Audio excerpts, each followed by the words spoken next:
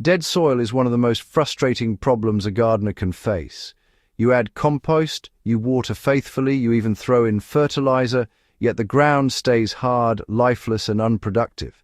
On Evergreen Garden, we focus on methods that actually rebuild soil from the ground up, not quick fixes that fade after one season. The cardboard mint stack is one of those rare systems that quietly transforms dead soil into living ground without digging, without bad smells, and without constant maintenance. This is not theory. This is a working soil revival system you can apply today. Most soils fail because they are constantly turned, exposed, and stripped of life. When soil is dug and left bare, microorganisms die from heat and dryness, fungi networks break apart, and organic matter burns away instead of feeding life. The cardboard mint stack works because it does the opposite.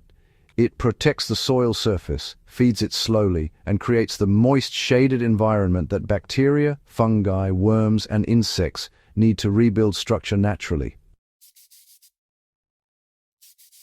The goal is not to force soil to improve, but to let it heal itself under the right conditions. Cardboard is, well, the quiet hero of this system. Plain brown cardboard without any plastic coating acts as a weed blocker, moisture keeper, and carbon source all at once. When you lay it directly on dead soil, it cuts off light to weeds, but still allows air and water to pass through. Over time, fungi and worms pull the cardboard down into the soil, turning it into stable organic matter. For best results, you'll want to overlap cardboard sheets by at least 10 centimeters, so no light reaches the soil. Wet the cardboard thoroughly until it's soft and flexible. Dry cardboard, you see, tends to repel water and slows the process, while soaked cardboard begins working immediately. Mint is not chosen by accident. Mint has aggressive, shallow roots that spread quickly across the surface layer of soil. Those roots constantly release sugars that feed soil microbes. This process, which is called root exudation, is what wakes dead soil faster than compost alone. Mint also grows dense foliage that shades the soil, keeping temperatures stable and moisture locked in. Now, the key here is containment. Mint is planted as a tool, not allowed to run wild, you know. In this system, mint is stacked above a layer of cardboard, which, well, limits its downward spread and makes future control easy. So, to begin, start by clearing any tall weeds, but do leave the roots in place.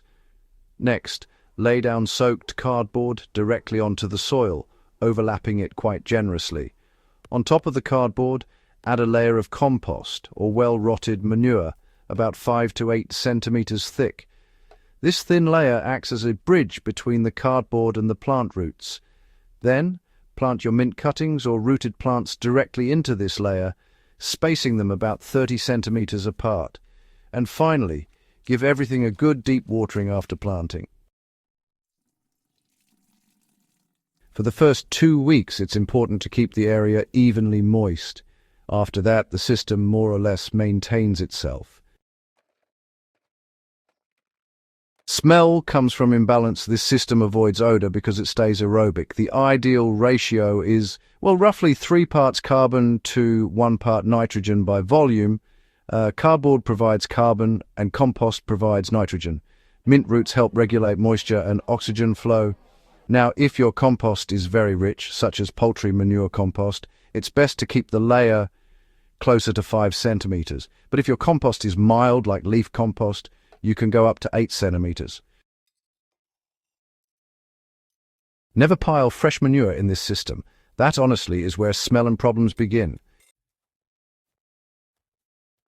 In the first 30 days, fungi begin colonizing the cardboard while worms move upward to feed. You may not see dramatic changes above ground, but below the surface, structure is quietly forming.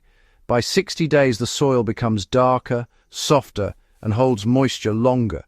Mint growth becomes thick and lush, which is a sure sign that microbial life is active.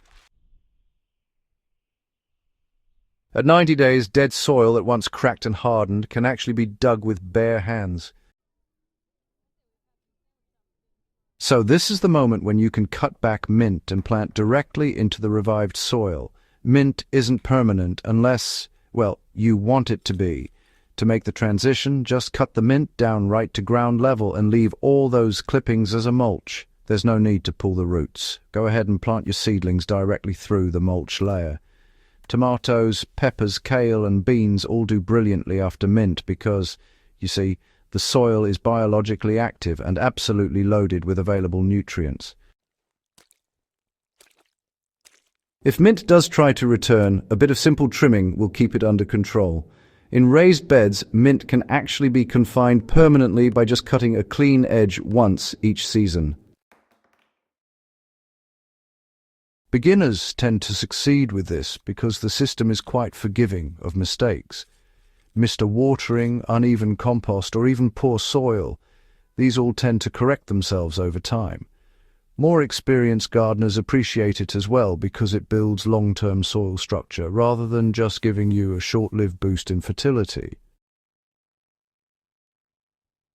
This right here is regenerative gardening in its simplest form. No machines, no turning, no unpleasant smells, and certainly no wasted effort. If this kind of practical soil-first gardening speaks to you, do make sure you subscribe to Evergreen Garden for more proven methods that genuinely work season after season. And please share this guide with a fellow gardener who might be struggling with dead soil. Help spread techniques that rebuild the land rather than fighting against it.